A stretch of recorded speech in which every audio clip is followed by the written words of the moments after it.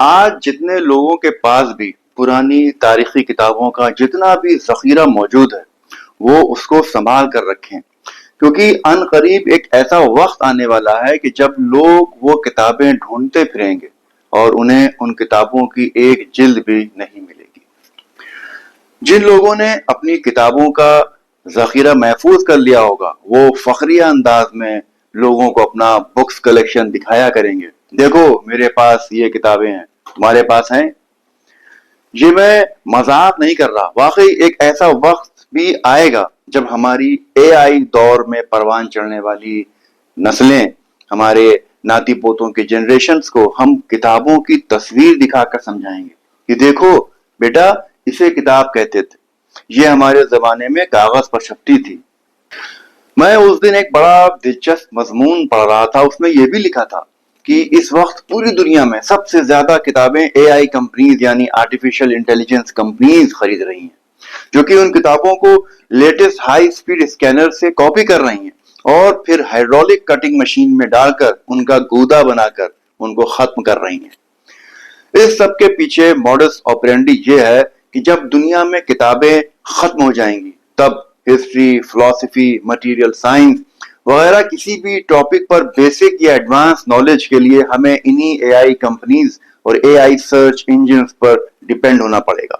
جو اپنے حساب سے ہم کو وہی جانکاریاں فراہم کریں گی، اپلبدھ کریں گی جو وہ دینا چاہتی ہوں گی۔ یعنی یہ کمپنیز سبھی انفارمیشن کو توڑ مروڑ کر پیش کرنے پر کیپیبل ہوں گی، حقیقت سے بہت دور کر دیں گی۔ کتابیں محض کاغذ کے ٹکڑوں کا جماوڑا نہیں ہوتی، وہ بلکہ وہ پوری دنیا کی تہذیب اور تاریخ کا حصہ ہوتی ہیں۔ مگر اے آئی کمپنیز کے لیے یہ صرف محض ایک نئی ایجاد کو پروان چڑھانے کے لیے ایندھن کی طرح ہیں۔ اے آئی کمپنیز صرف انہی کتابوں کو اپنی بھوک کا نشانہ بنا رہی ہیں جو سن 2022 سے پہلے لکھی گئی ہیں،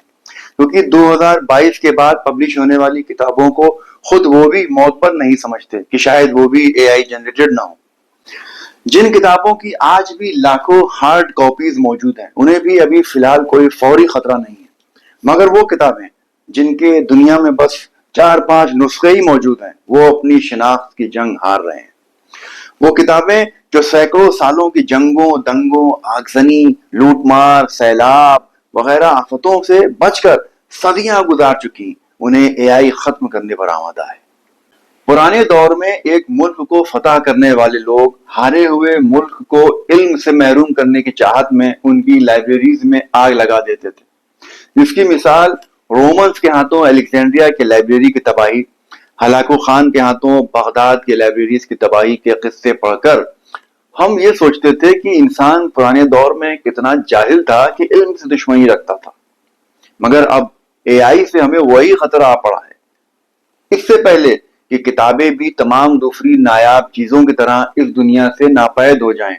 ختم ہو جائیں، انہیں فوراً جلد سے جلد محفوظ کرنے کی ضرورت ہے۔ کہیں ایسا نہ ہو کہ انہیں محفوظ کرنے کے لیے کاپی رائٹ ایکٹ میں کچھ نئے امینڈمنٹ جب تک کیے جائیں تب تک کہیں کتابیں ختم نہ ہو چکی ہوں، پھر کس چیز کو محفوظ کریں گے اس ایکٹ سے۔